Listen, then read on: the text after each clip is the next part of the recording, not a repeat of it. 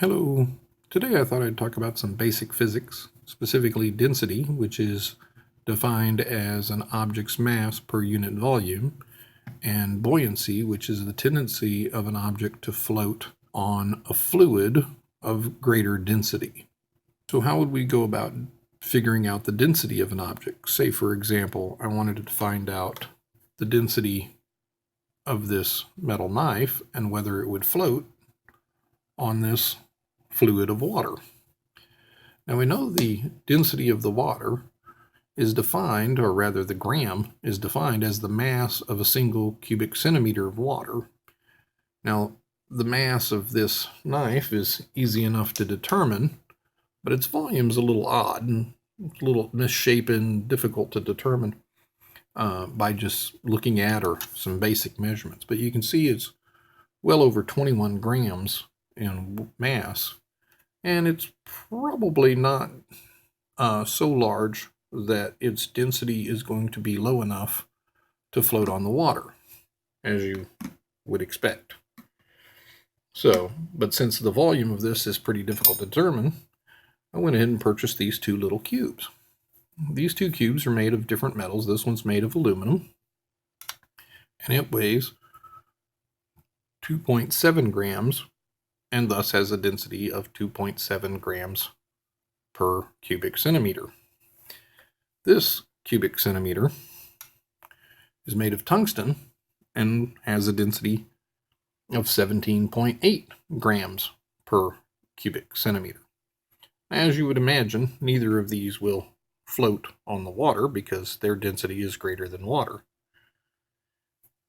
So to obtain some objects that were less dense than water, I had to go to the 3D printer, and I printed these two cubes. One of which is printed at 100% infill and has a mass of 1.2 grams per cubic centimeter, and the other one is printed with 5% infill and has a mass of 0.8 grams per cubic centimeter. This one is solid. This one has some holes in the middle. So, knowing that the density of water is 1 gram per cubic centimeter, and the density of this object is greater than that, it should sink. And sure enough, it does. This one, having a density of 0.8 grams per cubic centimeter, which is less than water, should float. And sure enough, it does. The effect of buoyancy is dependent on gravity.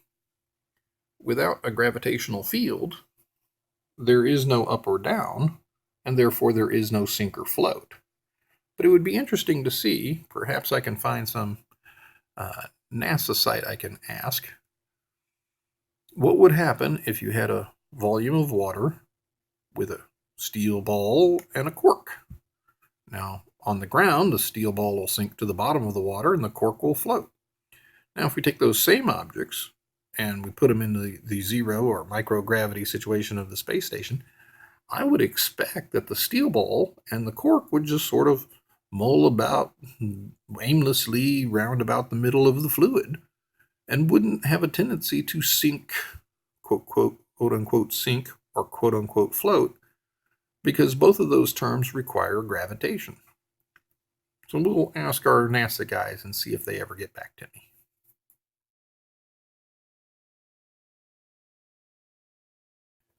Hello, everyone. Hello again. Hello again. Hello. Hey. Hello, everyone. Hello, everyone. Hello. So I thought I'd talk today about some basic physics. We're going to talk about density and buoyancy. Airplane. Hello. And this cube's density, holy